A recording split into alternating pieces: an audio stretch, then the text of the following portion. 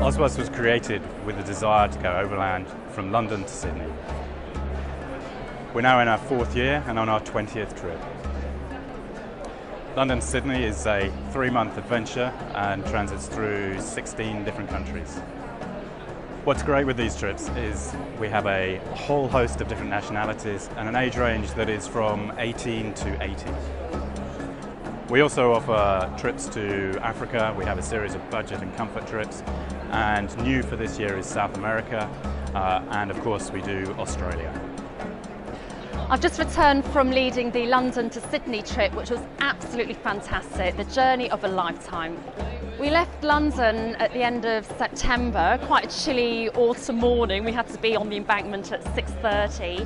We travelled through Western Europe, into Eastern Europe, Serbia, Bulgaria, then into Turkey, and then on into Asia, Iran, India, Nepal, and then over into Thailand, Malaysia, Indonesia, and then a flight over to Australia.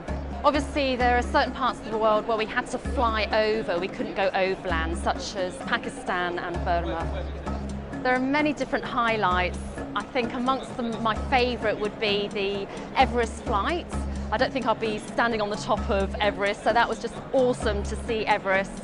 And Ayers Rock, it's not just a rock. To see it at sunset with a bottle of bubblies, sunrise, and to do the walk all the way around it early in the morning, absolutely fantastic.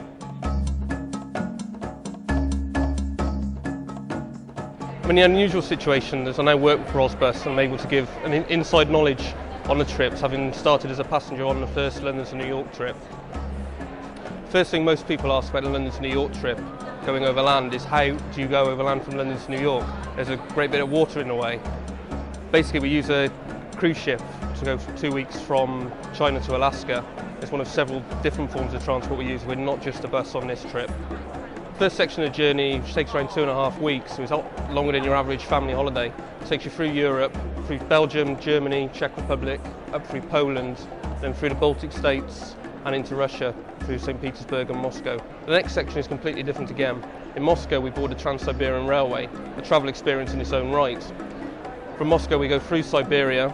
That section actually contains 2 of my personal highlights from the trip. Lake Baikal, the deepest freshwater lake in the world, was frozen when we were there. We actually walked across it for 2 kilometres and then watched the sun come down over the mainland. It was a truly stunning moment. And in Mongolia we spent a night in a national park in a ger, which is about as relaxing as it gets. And then from Mongolia, drop down into China, starting in Beijing for a 10-day loop, which takes you through the capital down to Xi'an and back up to Pingyao, Datong and to the Great Wall before returning to Beijing. And then it changes again. After China, it's 2 weeks at sea on a cruise ship. Totally different part of the trip, totally different to the rest of the adventure. It's a chance to relax and do as little or as much as you like. After the cruise ship, it all changes once more, and we hit mainland USA.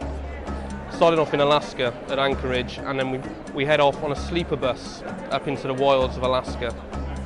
From Alaska, we go down the Inside Passage on a series of ferries through Canada, through Vancouver, Seattle, and then turn east through the national parks of North America, and then on to Chicago, Niagara, and New York. OzBus is the most amazing experience. It's a journey of a lifetime and you'll make some lifelong friends.